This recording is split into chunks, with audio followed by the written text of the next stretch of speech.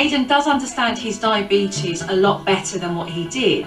But at the end of the day, if his parents don't get discipline under control, then he's going to use his food as control.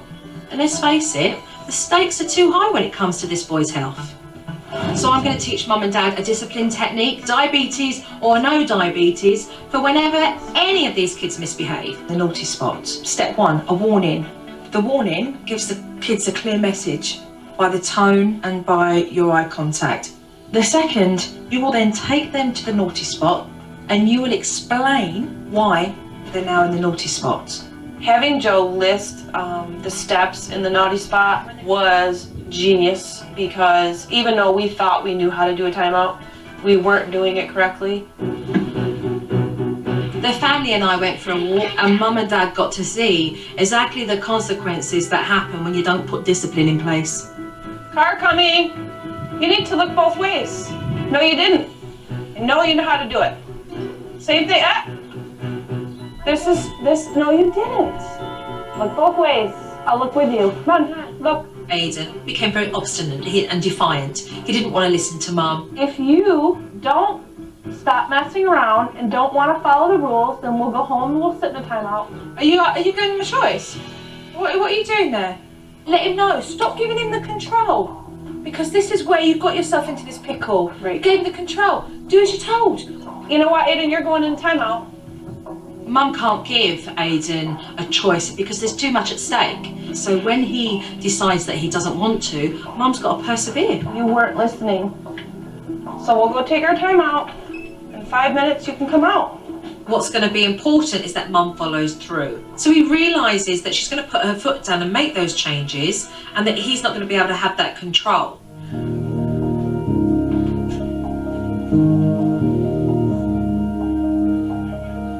There you go. Remember your voice, okay, Tammy? Remember, firm voice. Your timer went off. Time's up. You were in timeout because you didn't listen and you broke the rules, okay? Now give me a hug. You want to look at the steps? I need you to apologize. Because breaking the rules is not okay. Stand up. Can you apologize? You need to apologize. Give me a hug. The way Aidan responded today does prove to me that you don't have to worry about your kids not loving you by disciplining them. It's okay to be stern. It's okay to be the mom. It's okay to be in control. So it was really nice. All right, that was better. So the steps, key, okay? That's about you having ownership of it, okay? Like dealing with all of this diabetes wasn't enough, I had noticed that Mum and Dad's communication was certainly slacking, and I wanted to improve that, so I brought in a technique that I felt would really help them to become much closer. What you're going to do throughout the day is when there is something that you need to talk to each other about, you're going to write it and then put it in to the box. And then you're going to create that time in your day, and you're going to pull a couple of things out of that box and discuss it. So let's start off with writing a few things to put in the box. It was very hard at first to write the questions that we had on paper. It forced us to look at ourselves and look at each other and ask those poignant questions. Okay, you wrote, what can I do to show you I truly do care? Communication is so big with me. I need you to look at me when I talk to you and act like you want to talk to me. Can you do that? Yes, I can. When will you take time out to think about and answer one of my questions? Well, we'll have to make time. Right. And are you going to help make that time? Absolutely. When we put the kids to bed. As soon as they go to bed, that'll be our time. 8 o'clock. 8 it is. The talking box gave them both an opportunity to clean the slate.